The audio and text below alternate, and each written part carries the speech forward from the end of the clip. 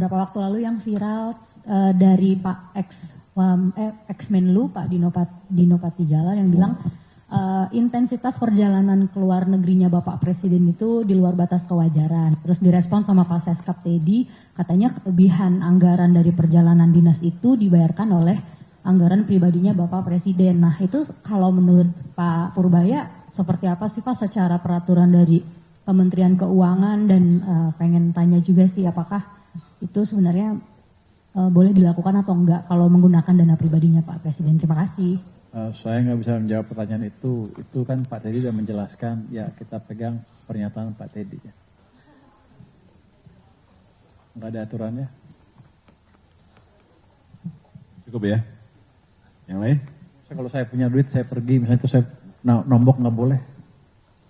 Secara logika nggak ada, boleh aja kalau mau nombok. Ya, satu lagi, yang belakang. Yang kanan, Ucok. Habis. Dua lagi. Selamat sore Pak Menkyu, Maulana dari Investor Trust Pak. Mungkin nyambung soal pertanyaan tabel tadi. Kalau di PMK 66 2020 tentang Gue salah dengar. Kristabel, oh jadi tabel. Tabel Pak. Iya, tabel di kotak-kotak Pak. Pak, kalau nyambung pertanyaannya tabel tadi kan ada PMK 66 2020 ya tentang besaran komponen dan pertanggungjawaban biaya perjalanan dinas presiden dan wakil presiden. Nah itu sebenarnya kalau dalam setahun itu Kemenkyu menganggarkan nggak sih Pak biaya perjalanan dinas presiden begitu? Ada pasti anggaran yang dianggarkan. Nah itu kalau dari 2026 berapa Pak kalau boleh tahu Pak? Kemudian itu gini, Anda mau lihat rahasia presiden yang nggak boleh lah. Kita tahu angkanya, cuman Anda tanya ke Sesnek aja kalau mau jawaban yang pasti. Pak soal ini Pak update soal stabilisasi surat utang itu masih berlanjut nggak sih Pak? Terus sampai tanggal 5 Juni ini berapa triliun yang dikeluarkan? Kemudian yang kedua soal tadi nyambung Pak soal UU P2SK tadi Pak Menkyu sudah baca detail, dan mungkin kalau sudah baca detail kira-kira ada catatan nggak sih Pak soal UU P2SK yang baru itu Pak gitu. Terima kasih.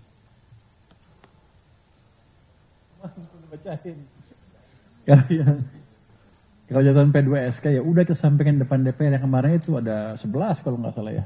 17. Tapi baca detailnya nggak Pak sampai per pasal? Saya bacakan satu-satu di sana.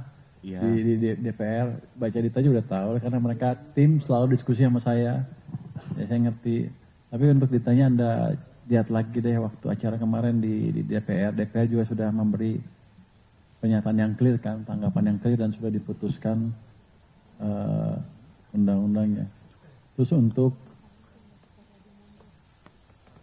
pembelian bond di secondary market kita masih lakukan. Makanya kan yield yang 10 tahun dan berapa tahun, basically yield government bond agak terkendalikan. Tidak terpengaruh oleh rupiah maupun pergerakan bursa. Sudah masuk berapa sekarang? 11 triliun rupiah so far ya. Dan akan kita lihat terus. Oke. Itu ya.